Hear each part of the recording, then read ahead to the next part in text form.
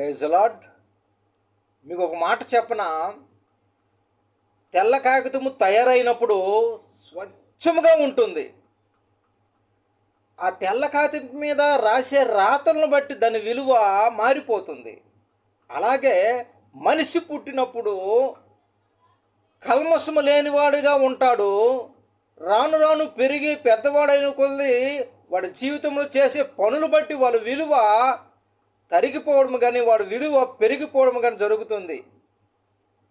కాబట్టి మనం ఉన్నా లేకపోయినా 10 మందిలో ఉన్నప్పటికీ లేకపోతే మరణించినప్పటికీ కూడా మరి మంచిగా 10 మంది మన గురించి మాట్లాడుకోవాలంటే, మన విలువను మనము పెంచుకోవాలంటే మనము జీవితంలో మంచి పనులు మనం చేయాలి. విలువ కలిగినటువంటి వారిగా మనం బ్రతకాలి. అప్పుడే మన జీవితానికి ఒక విలువ ఉంటాయి. మన జ్ఞాపకాలు ఈ సమాజంలో ఉండిపోతాయి. Okay, praise Lord. Thank you so much.